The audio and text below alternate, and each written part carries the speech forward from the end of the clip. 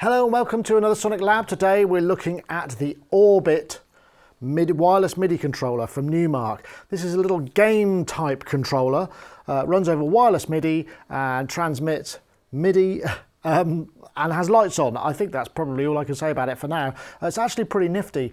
It's quite key sort of geared towards the DJ market, but actually you can use it pretty effectively to control other MIDI gear. So let's have a look. So here it is. It comes in two parts. We've got the main controller and then we've got the wireless dongle. Now this is actually pretty big and fat, this dongle, because so it won't fit quite into a standard USB slot if you've got two close together like on a Mac Pro or MacBook Pro, but rather helpfully they supply one of these little extenders so you can plug that in and then dangle it off this little extra bit of lead, which is a nice toy. You also get this other, which is a mini USB lead. I forget which is mini and micro, but that shape, if you see, because you'll need to charge it up, because what it does have is a rechargeable battery in it, and you charge it up via this port here, and there's a power switch. On the back, we've also got, if we unscrew this, you can see there's a little sort of grommet and place that you can stick this little kind of belt clip so you can strap it on if that's what you want to do. I'm not sure that would be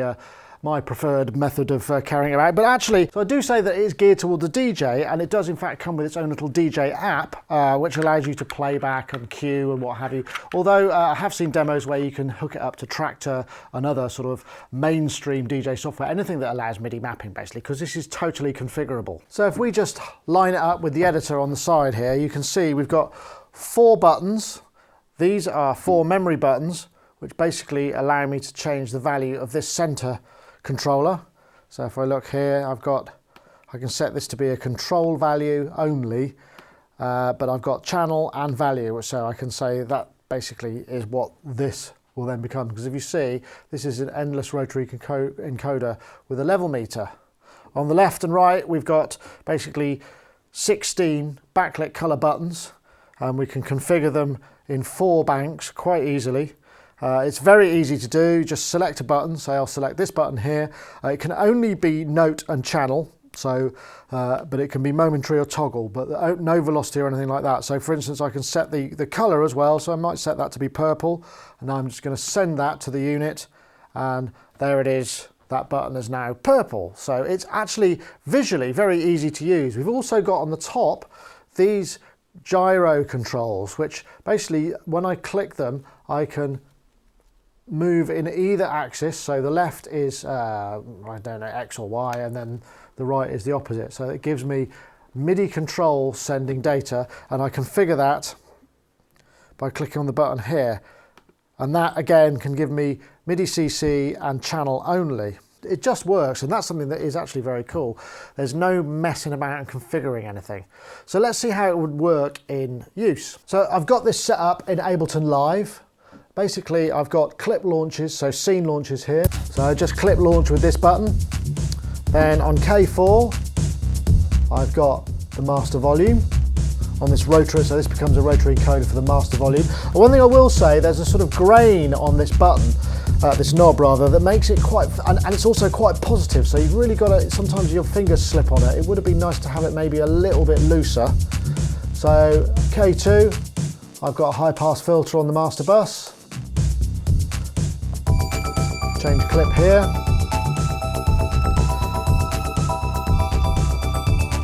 Another scene change, and then I've got a little fill here, and I can demonstrate I've got the high pass filter, low pass filter, sorry, across the main mix. Nice and easy. Then I've got another little scene here.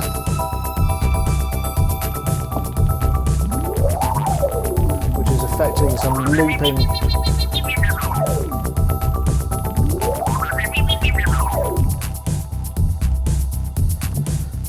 Fade the whole thing out. And that was just working with Ableton Live. Obviously, you know, it'd be nice if I could have had maybe velocity sensitive on the pad to start triggering things, but that's okay. I mean, you can imagine, you know, I'm using this in terms of performance across a mix, but I could just as easily use this as like a desktop control with maybe a of volume and monitor switching or whatever it is that I may be set up depending on the DAW that I'm using. Very easy. As far as range goes, we tested it up to about 50 feet and it was going through a couple of stud partition walls.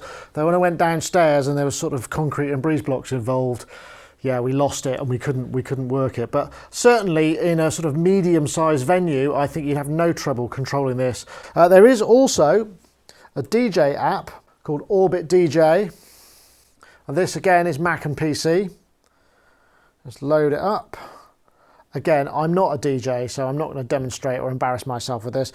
You've got 2 decks, you've got your standard controls of play, rewind, back to the start of the track. You also can set cue points for up to 4 cue points and clear them, so you can play, jump to particular parts in the track. You can switch A deck and B deck depending on which one you're working on is what is basically highlighted there on the buttons. And we've also got sort of loop points so we can trigger samples effectively. Then we've also got some effects that we can run across this. EQ, high and a crossfader. That depends on what depending on the value of these top buttons, depends on what's going on in terms of the rotary encoder.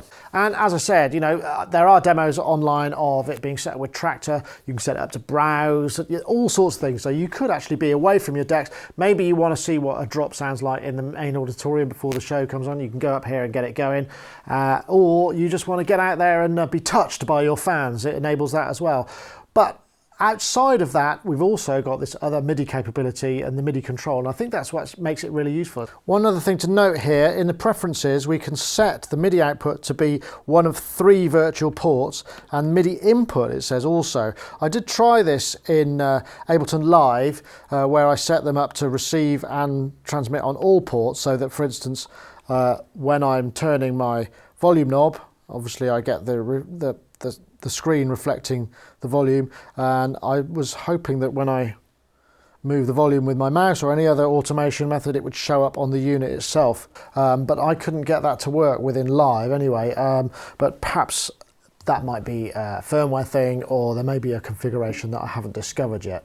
I mean, I don't know how long the battery's likely to last. Obviously, I haven't had it long enough to see how many charges it takes, but I should imagine with a screwdriver and a bit of nous you might be able to change it. Otherwise, you'll probably have to send it back to Numark. So that's the only downside. It'd be nice to be able to put your own batteries in it. It does feel very sturdy. It's nice and solid.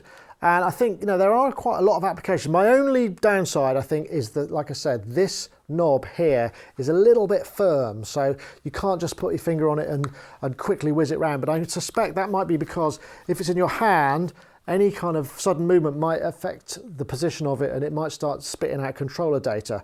So it's a compromise. I think what I'd probably do is stick a bit of rubber on the top of it so I could easily turn it with the top of my finger.